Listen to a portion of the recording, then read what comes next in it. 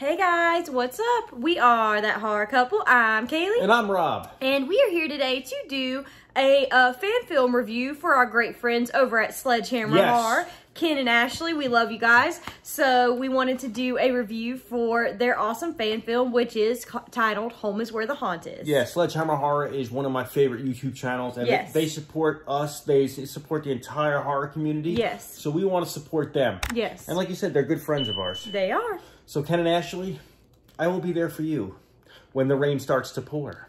I will be there for you like I've been there before. I'll be there for you because you're there for me too. That's from the show Friends. Oh, okay. Yeah, I was going to say, I've never seen Friends, but it sounded familiar.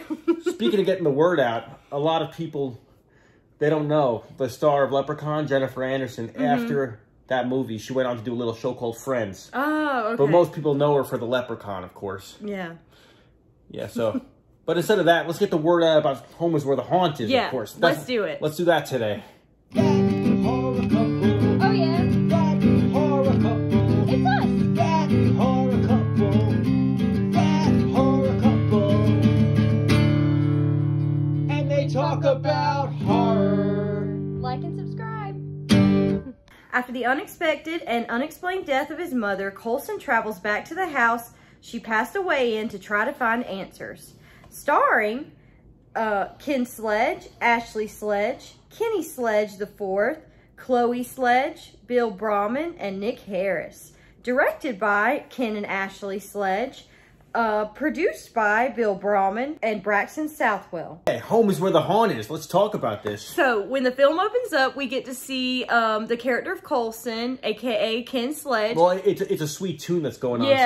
I like the music in this film. Yeah, no, me too. And it was actually done by Matthew Wedge. So, if you want to check him out, I thought the score was awesome, too. Wedge threw a little tune into some sledge. Yeah, there you go. Is what you're telling me. There you go. He wedged his way into some sledge. There you go. Yeah. No, it's a cool tune, and I definitely dig the music in the opening scene. I do too. I really like it. I love how he's driving with the melodic music playing, and it just feels very calm, like he's just driving along, and then we get to see him pulling up to his mother's abandoned house. And then it goes into like a flashback scene. Yes. And the whole thing cuts to black and white. And we get like a backstory of what happened. And the character, actually, we find out his mother passed away. Yes. And he doesn't know why. Yes.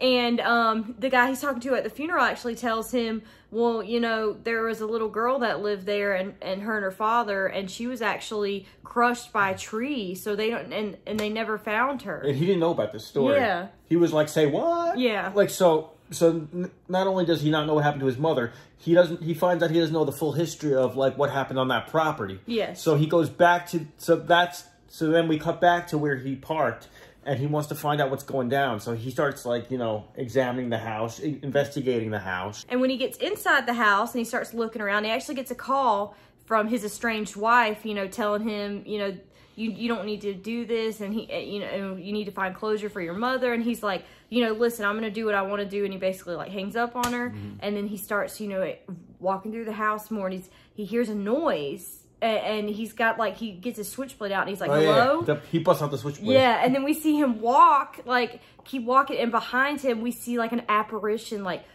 creepily like moving behind him, and we're like, oh my god. I think that was played by Ashley Sledge. I'm pretty sure it was Ashley Sledge. I think so too. It was creepy. It was good. You did a good job. And then he hears a little girl laughing. It's a creepy laugh. Yeah, and he looks out the window, and there's a little girl just like, you know, swinging her legs, sitting on a tree trunk in the backyard. Definitely, yeah. And so he wants to see what's going on, so he goes out and talks to this little girl. Yeah, he goes out to talk to the little girl, and she's like, where's my tire swing? And he's like, there's no tire swing, hasn't been for years. And he's like, where's your dad? She's like, I don't know. Like, and it's just really creepy. And it makes you wonder, is that the little girl that we were just told about? I think so. So is that girl like a ghost? Like, yeah, so she's a ghost. That's my first thought. I was like, yeah. She was a ghost. And then he's talking with her, and then he gets startled because we hear like a chainsaw behind him, which is totally cool because it's so reminiscent of like, I feel like this film is like very, very reminiscent of Texas Chainsaw Massacre, the Amityville Horror, and like a Nightmare on Elm Street, kind of like all mushed in together. Yeah, well, that little girl we just spoke of, it reminded me of like those little girls. The jump rope and little girls, yeah. And after he hears that chainsaw sound, he goes to investigate it, but then when he turns around, the little girl's covered in blood. And she's dead, like right in front of him. Very creepy scene. Yeah. And he's like, yeah. He's like, he gets like thrown back, taken aback, and then he looks again and her body is like gone. And then he goes back up to the house, and this is where we're introduced to this random character out of nowhere. And he's like, who are you? And he's like, sit down, you know, have a seat. You want a double shot of Crown Royal here? No, he actually greeted him, who the fuck are you? Yeah, that's true.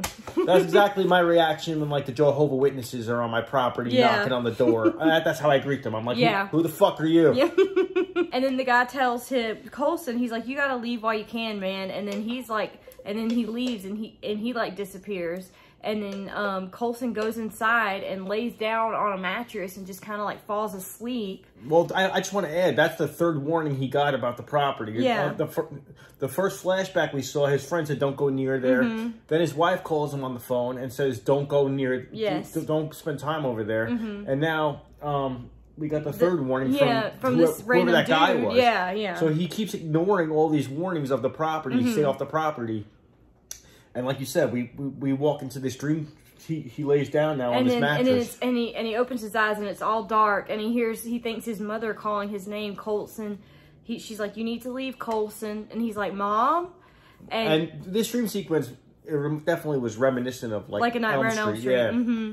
For sure. And then once he goes to wake up, and then we hear this dark voice. He says, leave! Like really demonic, like scary. And he's like, he jumps up and he goes over to the picture frame, which was right by the mattress, and he sees a little a little hummingbird. And he hears like a song that his mom, you know, and him used to sing when he was a child. And it's very, you know, sad, and Ken did a really good job, like, with the acting and everything in this, because I felt so sorry, felt so bad, and felt such empathy for that character. When he's walking around the house again, he sees a noose hanging with a note that says, leave. That was creepy shit. Yeah, it just says, leave or die, basically, and so he's like, I'm not leaving, I'm going to kill you. Again, this character, Colton, does not back down. Yeah, no, he doesn't. Yeah, he's like, who the fuck are you? But I like how he said, who the fuck are you, but still drinks the guy's whiskey. Yeah. Well, that was cool. But then, like, he ignores all warnings. Yeah. And then he sees, like, a death threat note, and he's like, no. He's like, you killed my mom? I'm going to kill you. Yes. And then so he runs outside, gets, like, a gas tank, and brings it inside and starts, like, swooshing it everywhere. And then, you know... Basically, he's saying, we don't need no water, let the motherfucker burn. There you go. Burn, motherfucker, burn. And then he goes to, you know, hit his lighter, and the guy from earlier, which I think is like a ghost, he stabbed him right in the gut. Well, it made it to look like that guy had stabbed him, but really and then when we see Coulson, he's got the hand on the knife. It looks like he stabbed himself. And so he, like, falls over dead. I noticed a sledgehammer in the corner, too. Was that a shout-out? Was that a shout-out to like, Sledgehammer Horror? That was really cool. I was like, why is there a sledgehammer sitting right there? Yeah, no, that was awesome. And then it cuts to, say, 2 months later, and we see a kid pull up in a van, and he walks up, and we're made to believe this is Coulson's son looking for him. And he, as soon as he walks by the house, he sees two apparitions in the window. In the window, yeah. And then he goes to look again, and they're gone. And he's just like, nope. And he's like, out of there. That was creepy, too. That was very creepy. And then it cuts to the character of Coulson pushing the little girl on a tire swing from before as the credits roll. I took that as, like, both their spirits are, like, in the house Yeah, now. they're stuck in the house now. Yeah, and we also get to see the man from before, from the funeral. He says, you know, I told you to stay away from the house. You should have listened, and then closed the door on a hearse, which I thought that was a perfect way to end it, and very, very creepy. And we just really loved the film overall. We could tell Ken and Ashley and their family just put so much, you know, love and passion into this project. You couldn't have asked for a better, you know, result with, you know, everyone coming together and putting in the hard work and putting in the passion. You can really tell. No, and like, yeah, exactly. And there's so much stuff I want to say about this. I can mention that, like, you know, I just think it's awesome that Ken got together with his family. He included all of his family members in this, and he even mentioned his mother. And this is the whole thing was like a tribute to his mother. I felt like in a way, and he mentioned on Instagram too, like a lot of this was just shot I love the rawness of it. Yeah. A lot of it was shot on like their cell phones in certain points. You know? But the editing's so good. No, I did like the editing. Like there were certain like clips, like when the character Colton would walk into it. Yeah, like, and then it like switched. That was really cool. There was a lot of cool edits. There was a lot of cool.